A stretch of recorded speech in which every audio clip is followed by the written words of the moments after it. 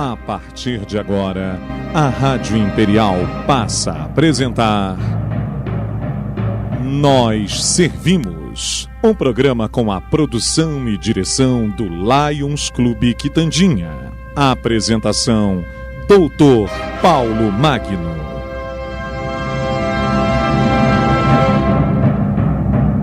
Bom dia, ouvinte da nossa Rádio Imperial. Aqui estamos mais uma vez com o nosso programa Nós Servimos, um programa sobre a chancela do Lions Clube Petrópolis Quitandinha. Hoje estaremos entrevistando aqui, batendo um papo com o nosso grande amigo Dr. Paulo Figueiredo, grande mestre do direito. Mas antes, nós queríamos dar uma palavrinha aqui, está na linha conosco, o deputado estadual Luiz Paulo. Bom dia, deputado. Bom dia, ouvintes da Rádio Imperial. Saudando aí o Lions Quitandinha, estamos à sua disposição. Deputado, é sobre a sua participação, a aprovação da lei de sua autoria sobre o IPVA. Nós gostaríamos de que o senhor noticiasse isso aí aos nossos ouvintes, desse uma explicação rápida, para que os nossos ouvintes pudessem estar a par dessa situação.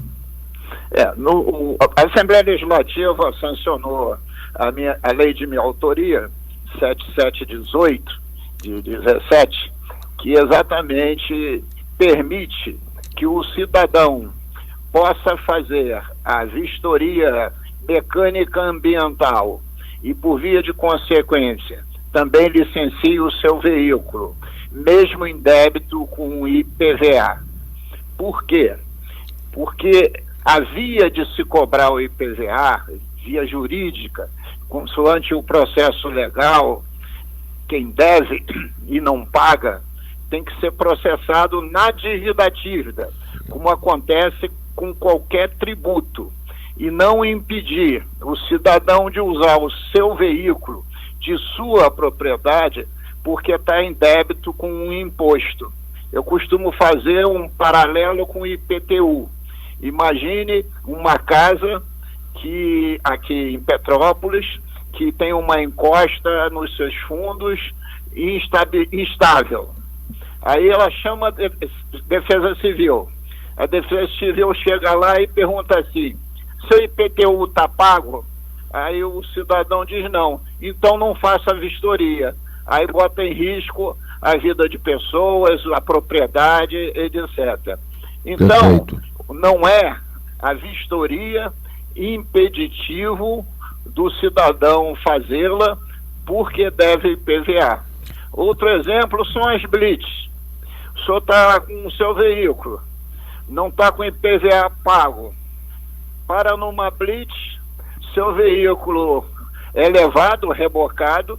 Se o senhor não pagou IPVA é porque está em dificuldade financeira, ainda tem que ter dinheiro para tirar o carro da área que foi levado pelo reboque, tem que pagar o IPVA, a taxa de vistoria, o realmente etc, fica pior ainda. Etc.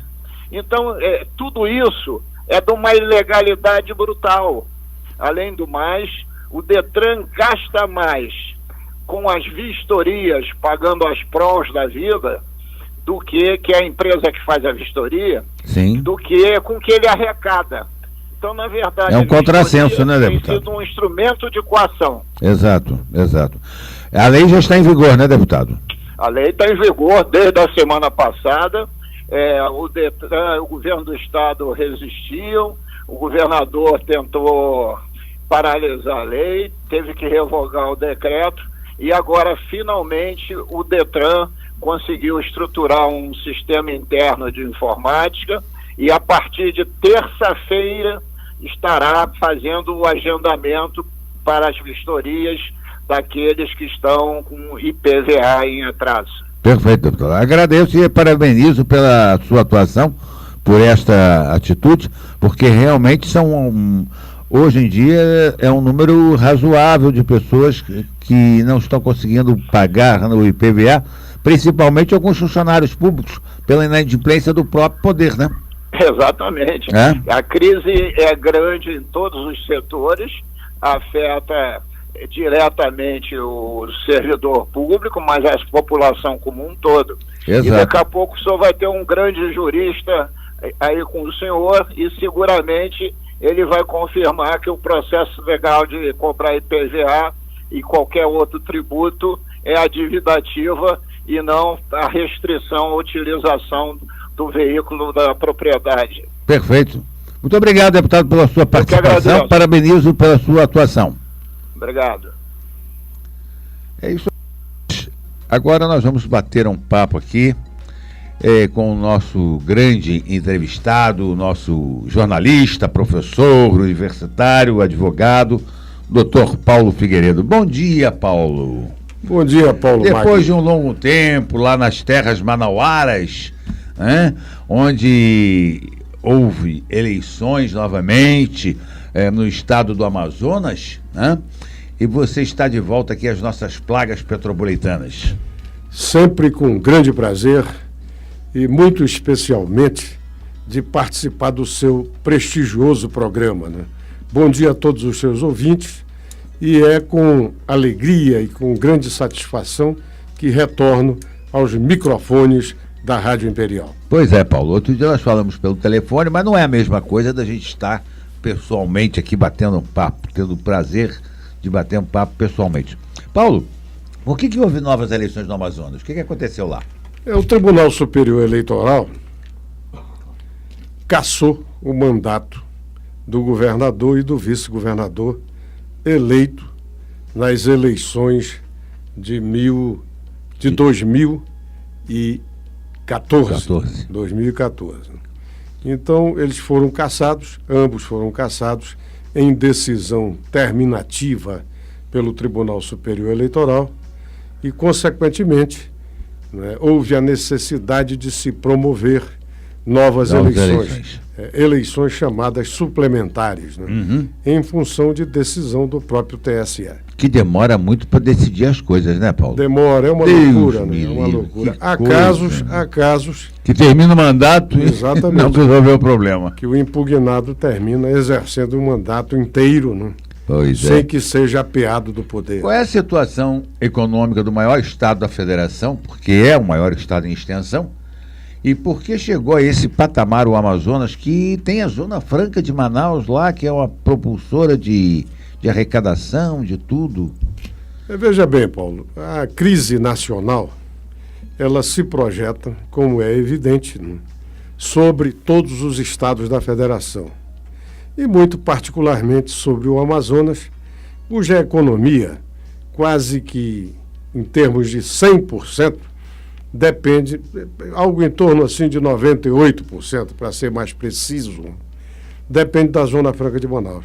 E a Zona Franca de Manaus é uma área industrial que produz para o mercado interno. São eletroeletrônicos, Tem o segmento de 2 rodas, enfim, o segmento de linha branca, Tudo isso voltado para o mercado interno. Quando o mercado interno entra em crise, evidentemente que lá afeta diretamente a Zona Franca de Manaus, a produção industrial da Zona Franca de Manaus. Agora, tudo indica que ainda que a passos de cágado, com muito modestamente, nós estamos saindo da crise no Brasil. Pois é, nós vamos falar sobre isso daqui a pouco. É a 4ª vez que o governador amazoniano Mendes governa o Amazonas, né? O que isso representa? Olha, eu acho o seguinte, ele é um político experiente, já foi governador, como você bem o disse, 3 vezes e agora, pela 4ª vez, ele volta ao comando do Estado, E as expectativas são muito positivas, são as melhores possíveis, que ele possa retirar o Estado de um momento de extrema dificuldade, reorientando o desenvolvimento regional. Que naturalmente ele vai encontrar alguns desafios grandes, Grandes desafios, sem dúvida nenhuma, até porque a máquina administrativa estava muito desarrumada, desorganizada. E principalmente porque o último gestor, o gestor interino, que assumiu após a cassação do governador e do vice eleitos em 2014, ele, lamentavelmente, investiu-se de plena autoridade administrativa como se tivesse sido eleito e conseguiu agravar ainda mais a crise no estado do Amazonas. Então, o atual titular do Poder Executivo terá muito trabalho e muitos desafios pela frente a serem vencidos. Eu imagino, porque realmente parece que o governador afastado foi por abuso de poder econômico na eleição e fraude, né? É poder econômico e poder político. Meu Deus do céu. Esse país tem jeito, Paulo? Olha, eu creio que sim, não é? Eu sou um otimista, eu sempre lhe disse isso aqui no seu programa, né? Eu acho que nós precisamos apostar no Brasil, né? As dificuldades são muito grandes, né? A questão da corrupção, né? Porque, eu uso até uma expressão muito forte, né? Eu digo que o país apodreceu. Pois o Brasil apodreceu, as suas instituições estão contaminadas, né? Mas mesmo assim eu acho que é possível dar a volta por cima. Deus queira. E você veja, com 3 votos a mais que os 41 necessários, o plenário do Senado Federal derrubou nessa última terça-feira, agora, dia 17, a decisão da primeira turma do Supremo Tribunal Federal, que afastou o senador Aécio Neves, né, do mandato e determinou que ele permanecesse em recolhimento domiciliar noturno. Com isso, o tucano, o senador, pode retomar seu mandato como senador. Como que você vê tudo isso, Paulo? Olha, eu vejo com profundo pesar, né? Em primeiro lugar, eu acho que nós tivemos o cometimento de um grave equívoco pelo Supremo Tribunal Federal. O Supremo, eu até escrevi um artigo na Tribuna de Petrópolis, cujo título é Supremo sem Supremacia. Né? Exatamente. O Supremo abdicou de sua competência constitucional, abdicou, né? Volto a repetir o verbo, né? A insistir com o verbo, em benefício do Congresso Nacional. Né? E veja bem, de acordo com a própria Carta da República, compete ao Supremo a última palavra, em toda e qualquer matéria, né? Tem algum viés disso, Paulo? Tem alguma razão para o Supremo ter agido desta forma? Você acredita que haja alguma situação que tenha provocado que o Supremo tenha abdicado da sua essência, que é o poder de julgar? Eu não encontro nenhuma justificativa para tal decisão. Não encontro. Inclusive uma decisão apertadíssima, né? Muito. Que foi, digamos assim, consumada com o voto de desempate da presidente Carmen Lúcia. O que mais estranha, porque até aqui a presidente do tribunal tem tido uma atitude, pelo menos, coerente. E esta atitude dela, será que a coerência dela foi toda por água abaixo? Eu lamento muito, eu acho que ela incorreu, né, num grave equívoco. Né? Acho que a presidente do Supremo poderia ter mantido essa linha de coerência que vinha caracterizando a sua biografia, né? E levou-nos a essa situação. Veja bem, Paulo, vamos direto ao ponto. Né? O senador Aécio Neves foi flagrado e gravado pedindo 2 milhões de reais a um empresário corruptor, conhecido, né? A um marginal. Né? A verdade é essa. Sim, no resto é. Mas veja bem, a prova, por conseguinte, é robusta, né? É substantiva, mas é todos muito eles forte. Não fazem isso? Veja bem, mas no caso do Aécio, não. No caso do Aécio foi flagrado, foi filmado, né? Foi gravado, né? Pedindo dinheiro e dizendo mais o seguinte, que devia tudo ao Joesley. Ele diz isso, que só chegou aonde chegou, né, porque foi muito ajudado pelo Joesley Batista, né, da JBS. Deus me livre. Né? Isso ele diz, isso está gravado. Né? Mais adiante, né, gravaram também um primo dele, emissário dele, né, longamanos dele, recebendo dinheiro.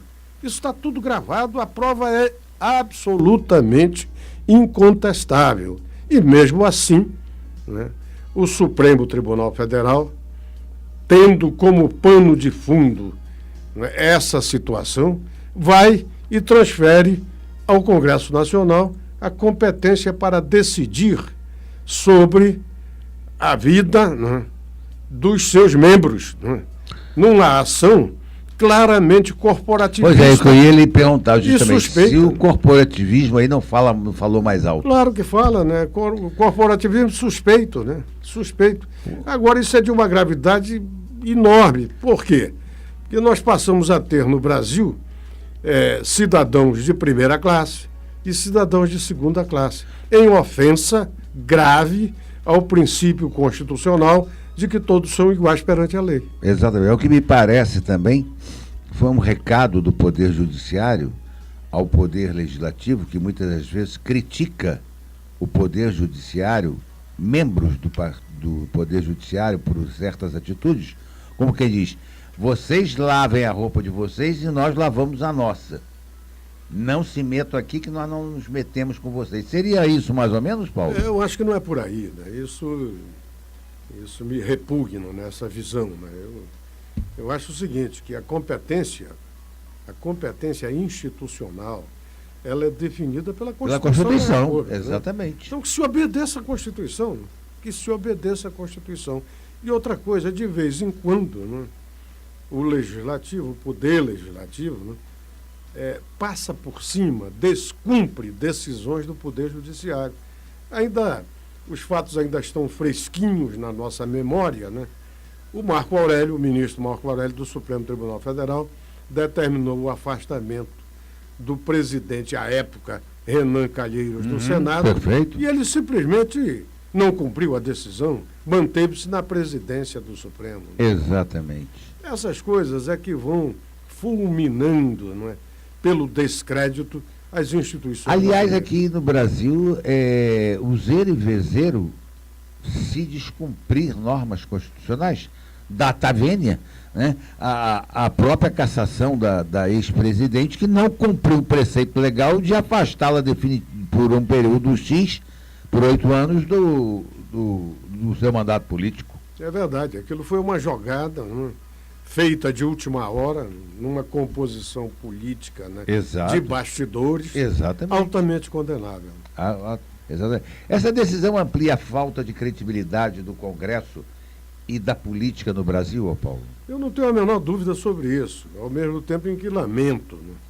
Agora, veja bem, né, o que me causa espécie também é que em qualquer país minimamente sério e desenvolvido, né, quando um político, né, é apanhado num esquema criminoso, né, e veja bem, até sob suspeição, de repente não há necessidade lá fora, né, nesses países a que me refiro, né, nem que a prova esteja definitivamente constituída.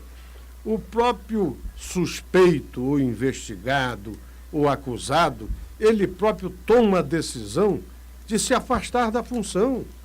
Há, inclusive, quem até recorra ao expediente do suicídio, né? Há primeiros ministros aí que se suicidam, né, além de se afastarem da vida pública, né, quando são apanhados numa situação dessa natureza. Aqui no Brasil, não. Dá-se o contrário. O cidadão é apanhado como Aécio, flagrado lá, cometendo o ilícito, o crime, etc., e fica insistindo em permanecer. Né? E permanece.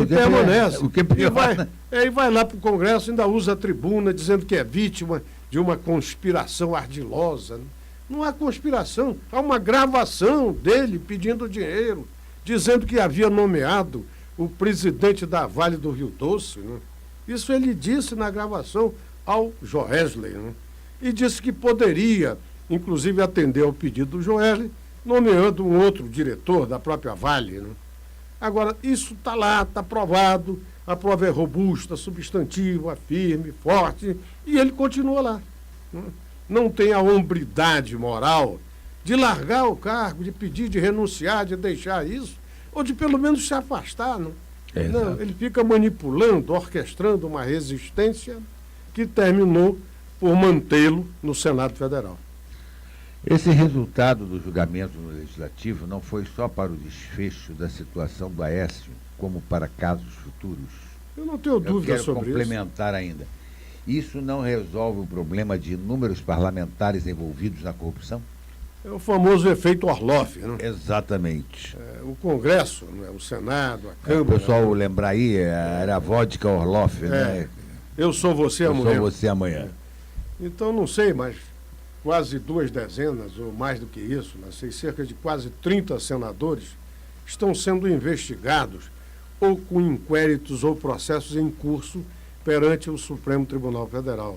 E o mesmo ocorre na Câmara Federal com um sem número de deputados. Exatamente. Então, eles estavam diante dessa expectativa do chamado efeito Orloff. Quer dizer, eles que estão lá poderão amanhã estar na mesma situação do Aécio ou de tantos outros. Agora, nós temos usado no próprio Supremo 2 pesos e 2 medidas. Né? No afastamento do deputado Eduardo Cunha, não houve uma palavra de protesto sequer contra a decisão do Supremo. E ele foi afastado da presidência da Câmara e do mandato. Né? E foi afastado.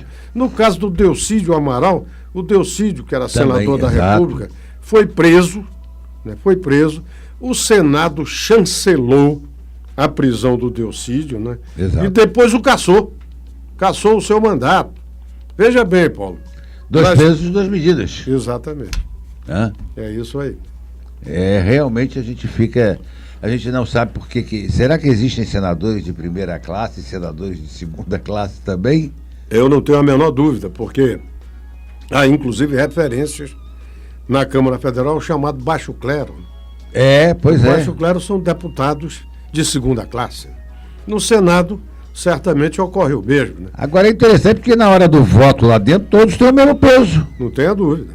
A divisão é federativa, a divisão federativa concede a cada estado da União a representação através ou via 3 senadores. Né? Pois é, exatamente.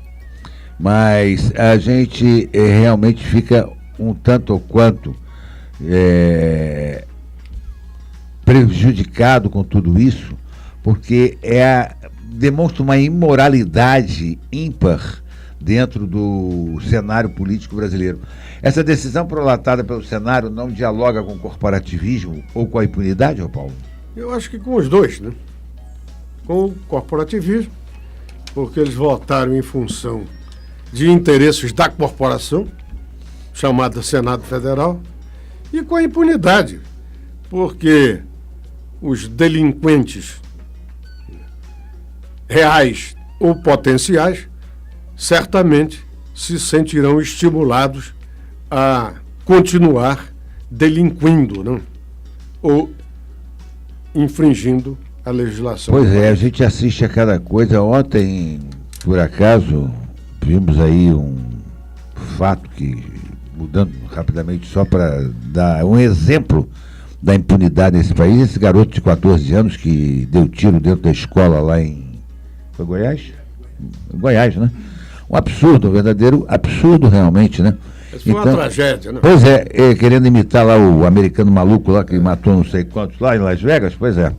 Quer dizer, isso tudo reflete dentro da sociedade, não é, Paulo? Porque o povo vê a impunidade graçando dentro do país, não só na política, mas também nos crimes cometidos pelos políticos. Não tenha dúvida, Paulo. Lamentavelmente, nós temos constatado, né, essa situação que vem se agravando dia a dia, no nosso dia a dia. Esse caso lá de Goiás é uma tragédia, né? Exato. É uma tragédia, né? De uma violência extrema, né? Exatamente. Inaudita. Né? E esse menino de 14 anos, né? Naturalmente vai ser defendido pela Maria do Rosário. Tadinho, é um pobre coitado, né? Ele acaba de confessar que ele inspirou-se, né? Em Columbine, aquele caso daquela escola de Columbine lá nos Estados Unidos, né? Então, quer dizer, essas coisas... Hoje nós assistimos, né, nos telejornais do Brasil, né, uma sucessão de violência, né? Um rosário de crimes, de narrativa. Exatamente. Né? De crimes de violência. Exatamente. Agora não pode ser diferente, né? Porque é o retrato. É o retrato da realidade. Né? Então, isso precisa ser noticiado, isso precisa ser levado ao país. Né? Os telejornais têm que refletir o que acontece Exatamente. na nação. É triste, mas é verdade. No dia a dia da nação. Vamos voltar já já para o segundo bloco aqui, continuando com o nosso papo sobre essas atuações, essas últimas atuações políticas aí. Estamos apresentando Nós Servimos, um programa do Lions Clube Quitandinha e a apresentação de Dr. Paulo Magno. Bom, ouvintes da nossa Rádio Imperial, aqui estamos de volta com o nosso debate, com a nossa entrevista, com o nosso papo, ou o hábito do debate, viu? Só quarta-feira, pois é. E é do Jorge Luiz, não é meu, né? Olha eu metendo bedelho onde não devo. Mas no nosso papo aqui com o Dr. Paulo Figueiredo, antes tivemos aí no primeiro bloco a participação do deputado Luiz Paulo falando sobre a lei do IPVA. Ô Paulo, um relatório da Polícia Federal mostra que o senador Aécio Neves e o ministro do Supremo Tribunal Federal, Gilmar Mendes, fizeram 46 telefonemas entre o dia 16 de março e 13 de março de 2017. As ligações foram feitas pelo aplicativo WhatsApp, segundo o site BuzzFeed, e em um período em que o tucano passou a ser investigado pela suspeita de receber a propina da JBS e alvo da operação da Polícia Federal. Ô Paulo, isso soa normal? É claro que não. As posições do ministro Gilmar Mendes hoje são muito conhecidas, né, de toda a nação. Muito conhecidas de toda a nação. Veja bem, recentemente houve o caso da prisão do Barata, no Rio de Janeiro. Uhum. Ele esteve no casamento do Barata. Foi padrinho, né? Foi padrinho de casamento. Até aí, tudo bem, né, se pudesse relevar isso. Mas o noivo da filha do Barata era sobrinho, ou é sobrinho, da mulher dele. No mínimo sou suspeito. Veja bem, me parece, né, que o próprio ministro Mendes deveria, por iniciativa própria, voluntariamente, né, julgar-se impedido para atuar nesse processo. Né? Mas ele faz exatamente o contrário. Ele faz o contrário. Né? Ele concedeu habeas corpus para o Barata, né? Livrou o Barata da cadeia, né? E insiste em se manter como relator nesse processo no Supremo Tribunal Federal, a tal ponto que o Procurador-Geral da República foi obrigado a arguir com o seu impedimento ou suspeição, fato que ainda está para ser julgado lá pelo Supremo. E que ele acha que é normal, que não tem nada. Acha que é normal, normalíssimo. Acho que esse Barata está sendo caro. Então veja bem, não é, Paulo, a mesma coisa acontece com Aécio, né? Essa troca de telefonema, né? 46 vezes. Né? Para quê, né? E ele comandou, né? Ele liderou. Né? Foi ele quem praticamente orientou essa decisão do Supremo, que transferiu a competência, né, para dar a última palavra ao Congresso Nacional, ao Poder Legislativo. Então soa estranho, realmente, soa estranho, né? Eu acho que o ministro deveria ter mais cuidado, né, em homenagem ao próprio exercício de suas funções. Perfeito. Relevantíssimas, né, de ministro da nossa maior Corte Suprema. Exatamente, né? O presidente Michel Temer decidiu que haverá mudanças na portaria. Eu estou mudando agora de um assunto para o outro, porque isso também me causou assim, uma série de espécie. Que o Temer decidiu que haverá mudanças na portaria que reduziu a fiscalização do trabalho escravo. Ele revelou em entrevista que a decisão foi tomada na última quinta-feira com o ministro do Trabalho, Ronaldo Nogueira. A Procuradora-Geral da República, Raquel Dodge, pediu que o governo rejeitasse as novas regras por considerá-las um retrocesso. É um retrocesso essas decisões, ô Paulo? Eu acredito que sim. Na minha visão, é um retrocesso grave. né, porque ameniza, né, toda essa relação, né, que antes definia, caracterizava o chamado trabalho escravo. A gente sabe que há algumas aberrações realmente, né? O cara não dormir no colchão de pena, não sei o quê, e que não sei o quê. Tem umas coisas meio malucas aí na nossa legislação realmente acerca de qualificar como trabalho escravo. Mas o que você está falando tem um fundo de verdade. Tanto é que todas as entidades, né, inclusive a própria Organização das Nações Unidas, estão resignadas com essa portaria, né? Estranham essa portaria, o teor da portaria. Né? Ela é muito porque ampla, né? ela afrouxa, né? Demais. Completamente, ela relaxa, né? E não permite ou impede que uma fiscalização mais efetiva seja exercida, né? Para que se possa caracterizar, nos termos da lei, o trabalho escravo no Brasil.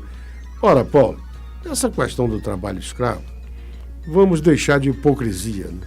Nós sabemos que no Brasil profundo, essas relações, elas ocorrem. Sim, não precisa ir muito longe, não. Cumpre, portanto, reprimi-las. E reprimi-las com severidade.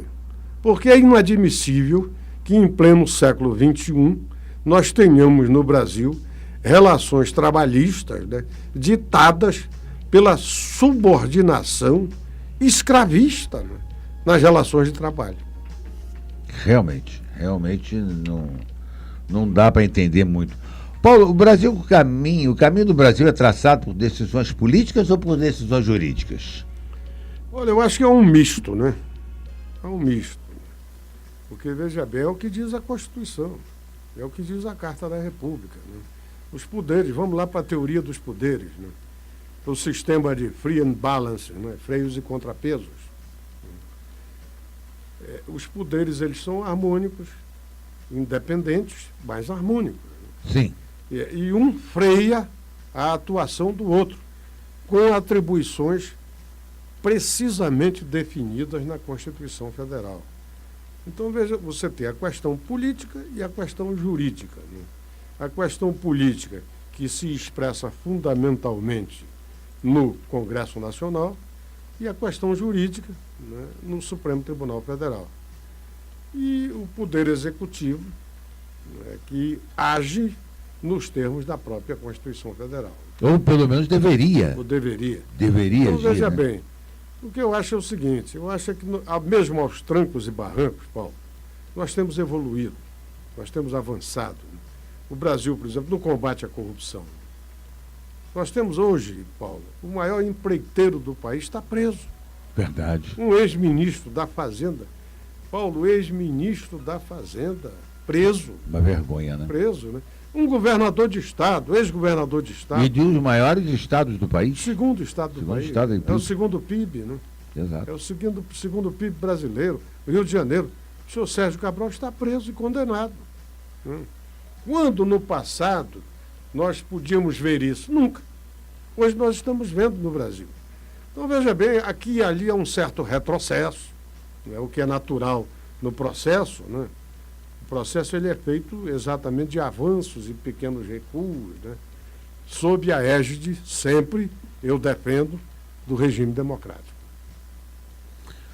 Ô Paulo, você no presente momento, a imprensa coloca em manchete a dúvida do procurador-geral, do ex-procurador-geral Janot, entre apresentar mais uma denúncia com mais duas acusações, né? Ou fatiar as acusações em duas denúncias, vamos colocar melhor assim. Vale recordar que esse mesmo procurador não apresentou qualquer denúncia contra Dilma ou Lula. Não obstante a abundância de motivos para isso, né? Porque nós sabemos que existia.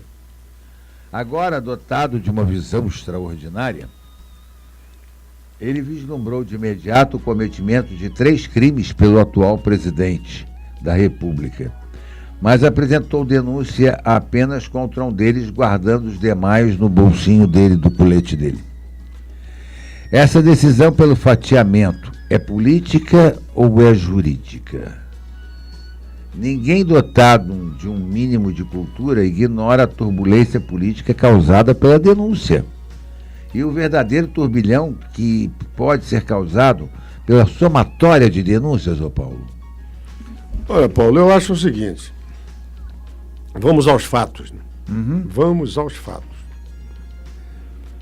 O procurador, o ex-procurador-geral da República, Rodrigo Janot, ele teve seus problemas, teve suas dificuldades, né? Todavia, ele também foi extremamente corajoso em oferecer uma denúncia contra o presidente da República. Mas, como eu dizia, vamos aos fatos. O presidente da República, não importa fundamentalmente em que circunstâncias, foi gravado no Palácio Jaburu, num encontro que manteve com um marginal, como ele próprio presidente diz, com um bandido, um bandido que ele recebeu nos porões do Jaburu.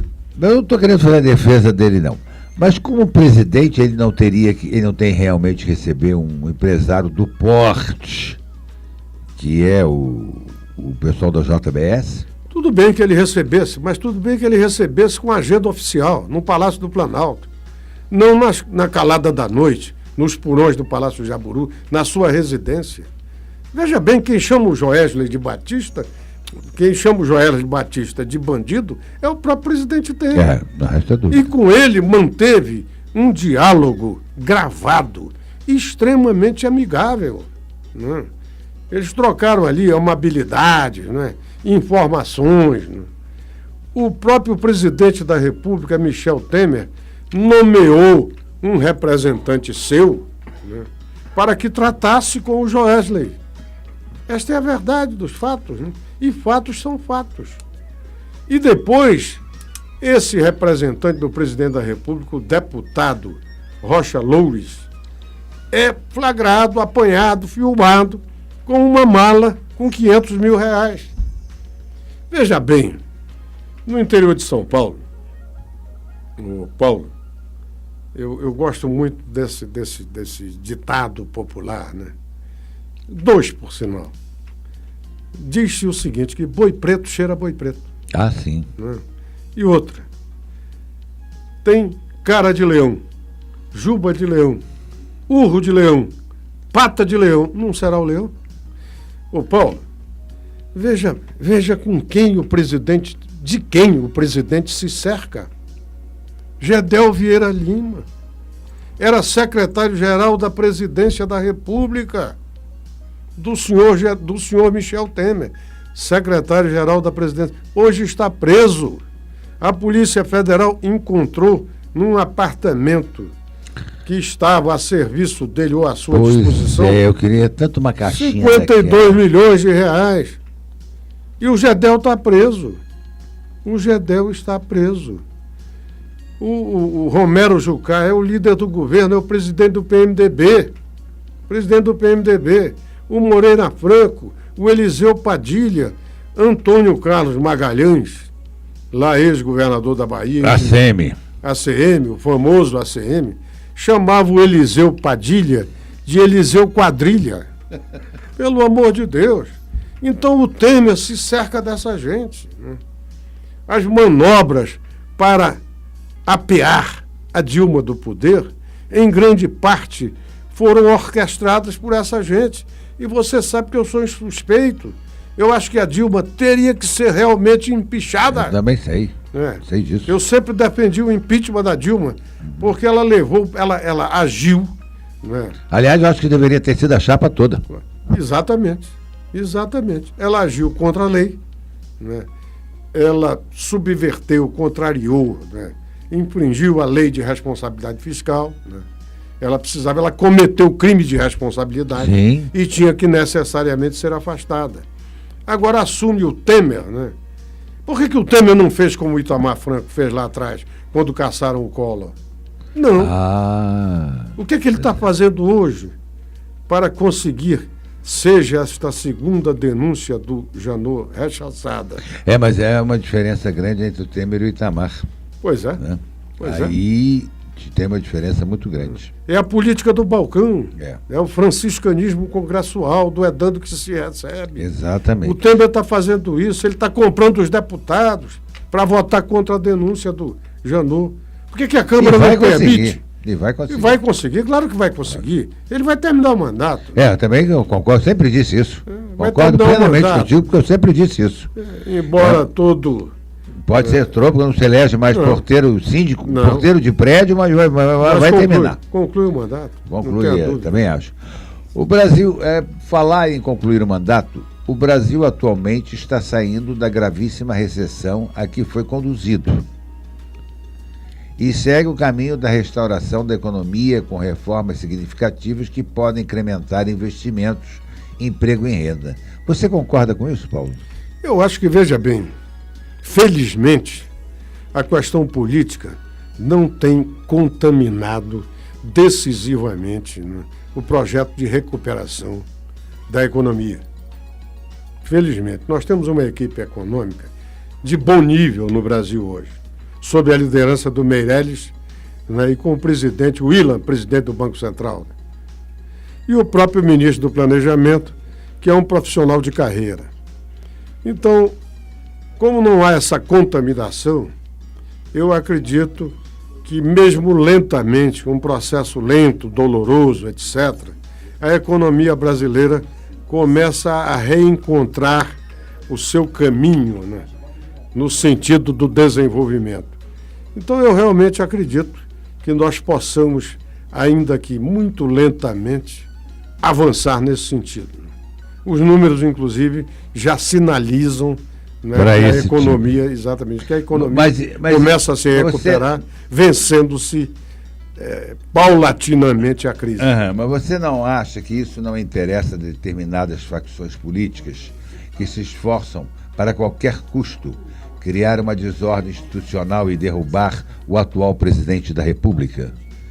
Isso, entretanto, não resume na simples troca de uma pessoa por outra, mas sim num processo extremamente complicado e de alto risco. O processo é complicado, Paulo, mas que se cumpra a lei. Que se cumpra a lei.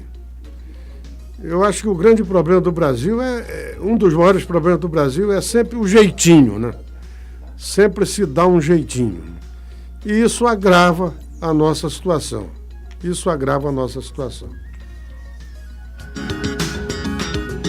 Porque realmente a gente acha que cada vez está pior a situação no país. E eu creio que a situação está tendo uma melhora assim, significativa.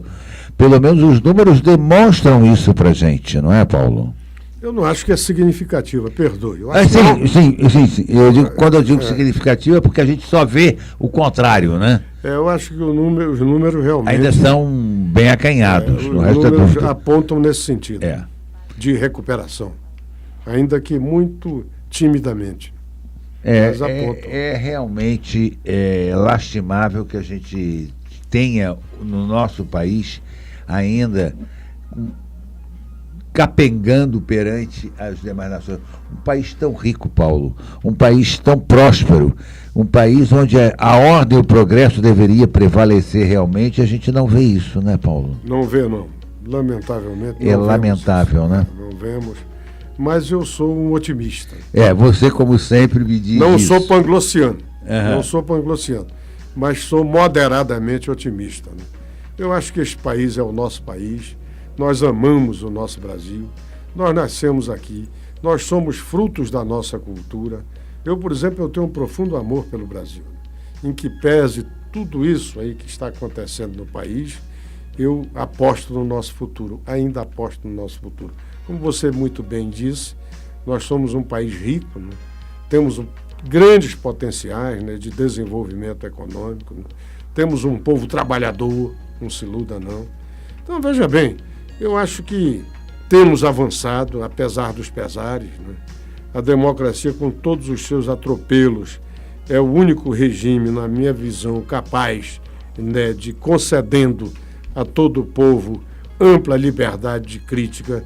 Eu acho que é o regime capaz de promover um redirecionamento, né, no sentido da ascensão, né, civilizatória do país, né?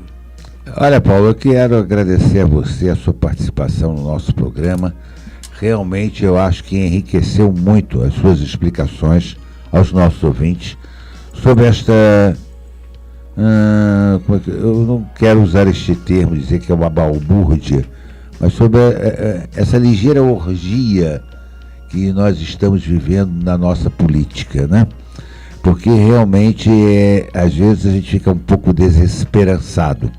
Mas ouvindo você, realmente com esse seu entusiasmo e com essa visão que você tem de um país próspero para o que é o nosso, que pode se recuperar realmente, a gente ainda se entusiasma para tacar ficha aí, mandar brasa para ver se a gente tira esse país desse buraco.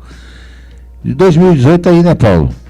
Exatamente. Eu acho que é uma grande oportunidade para a gente dar uma guinada, mudar isso, né, Paulo? Mas mudar para melhor, não é eleger os mesmos que estão aí, né? Exatamente. Então eu queria deixar os nossos microfones para a sua despedida. Eu queria fazer uma observação final, Paulo. Você falou em 2018. Em 2018, agora, nós estamos há 2 meses, praticamente, do novo ano, nós teremos eleições gerais. Para presidente, senadores, deputados estaduais, federais e governadores. Nós teremos uma grande oportunidade de renovar a face da representação política no país. Exatamente isso, Paulo. Eu não acho que o povo vote mal. O povo não vota mal. Na minha opinião, o povo é muito mal informado. É ludibriado, é enganado. O político brasileiro, ele se apresenta sempre envolto em papel celofane. Ele exibe à população uma biografia, um currículo que não traduz a realidade, que não é verdadeiro, que é enganoso. Por isso mesmo o povo vota. O povo vota fundado em informações inverídicas e falsas.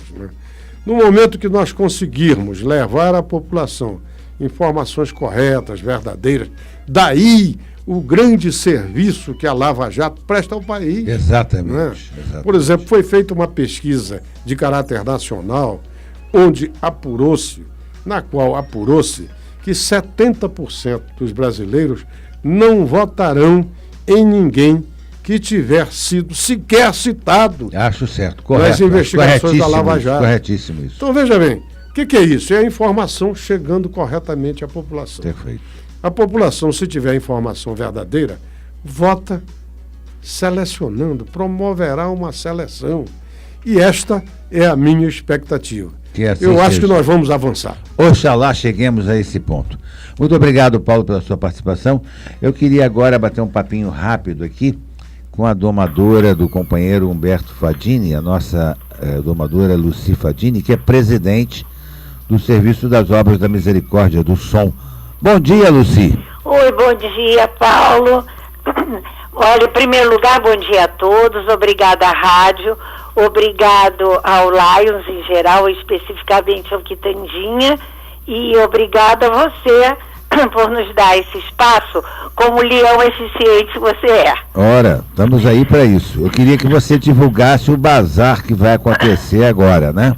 Exato, é agora quinta-feira próxima, dia 26, a partir das 2h da tarde até 6h30, nós ganhamos muitas roupas novas, sapatos assim dentro, que vem da sapataria dentro da caixa, que nós vamos vender por um preço irrisório, e é irrisório mesmo, porque eu queria dizer às pessoas, até para as mulheres ficarem mais curiosas, nós temos terninhos por R$60, R$80 e até terninhos de festa, roupa de festa, camisa de homem nós temos até por R$10 novas, porque o objetivo do som é ter uma verba para comprarmos as coisas necessárias. Nós normalmente damos cesta básica, material escolar, remédios também, e no momento nós estamos pagando 2 cursos profissionalizantes para 2 mães, para que saiam dessa situação de sempre precisar do básico. E até também ajudando algumas crianças que têm muita dificuldade escolar, pagando uma fono. Isso nós fazemos com muita dificuldade. E por isso que nós fazemos esses eventos ocasionalmente. Então ele vai ser quando, Luci? Dia 26, é na próxima quinta-feira, no Salão de Festa da Catedral aqui de São Pedro, a partir das 2h da tarde. De 2 até 6h30. Até 6h30. Então, olha aí, os ouvintes que queiram aproveitar a chance, estamos chegando aí perto do Natal, né? Exato, pode até comprar presente. presentinho, né? Pois é, né? E são coisas novas e muito bonitas, muito boas. E não é só roupa de mulher, né? Quer dizer que tem roupa masculina também. Tem sim. Né? Chegaram mais camisas de homens, muito interessantes. Então Estou esperando a Penha. Tá tudo bem, tá legal. Vou falar com ela, que ela não nos ouça, senão o dinheiro vai embora. Tá tudo não vai bem. não, porque é tudo muito baratinho. Tá legal, Luci. Olha, muito obrigada. Bonado, Parabéns dá um abraço pelo seu nosso programa, Paulo. Dá um abraço ao nosso companheiro Um abraço Fadinha para aí. todos, Tá? um bom final de semana. Ok, igualmente. Tchau. Bom, é isso aí, amigos. Nós hoje tivemos a oportunidade de ouvir inicialmente o deputado Luiz Paulo, que falou sobre a lei do IPVA. Tivemos aqui uma aula brilhante e magistral sobre decisões jurídicas do nosso amigo Dr. Paulo Figueiredo, que realmente nos brindou aqui com as suas sempre sábias e abalizadas palavras, principalmente a respeito dessas decisões últimas aí tomadas com relação ao Senado Federal e ao presidente da República também. Então, realmente, é muito... E terminamos ouvindo aí a palavra da nossa domadora Luci Fadini sobre a realização do bazar no próximo dia 26, de 14h30 às 18h30, ali na Catedral São Pedro de Alcântara. Dia 26, quinta-feira, não é isso aí, ô Lucas? Quinta-feira, né? Então vamos lá prestigiar, porque o som faz um serviço muito bonito, né? O som é o Serviço de Obras da Misericórdia, atende a algumas famílias carentes, com cestas básicas, com enxovais, com uma série de atuações no âmbito social da nossa cidade. Bom, nada mais havendo a tratar, vamos encerrando aqui o nosso programa de hoje, desejando a todos um bom final de semana, agradecendo ao Lucas aí na técnica, ao William lá na gravação. Tá gravado, né, William? Hein, William? Tá, né? Pois é. Então tá bom. Um abraço a todos. Fiquem agora com o Imperial nos Esportes. Com o plantão Imperial, olha aí o Imperial. Pois é, olha só, eu já tô querendo passar para segunda-feira. Acho que eu andei tomando essa água aqui hoje está contaminada, hein? Né? O que é, William? Tá gravando não? Te pego depois, rapaz. Bom, fiquem aí com o plantão Imperial, depois com os Roberto e amigos, e depois, mais tarde ainda, tem o Valadão, nosso amigo Valadão, com a festa de arromba, né? Aquela potência toda. Um bom final de semana a todos. E até semana que vem, quando estaremos aqui com mais um programa Nós Servimos. Fui!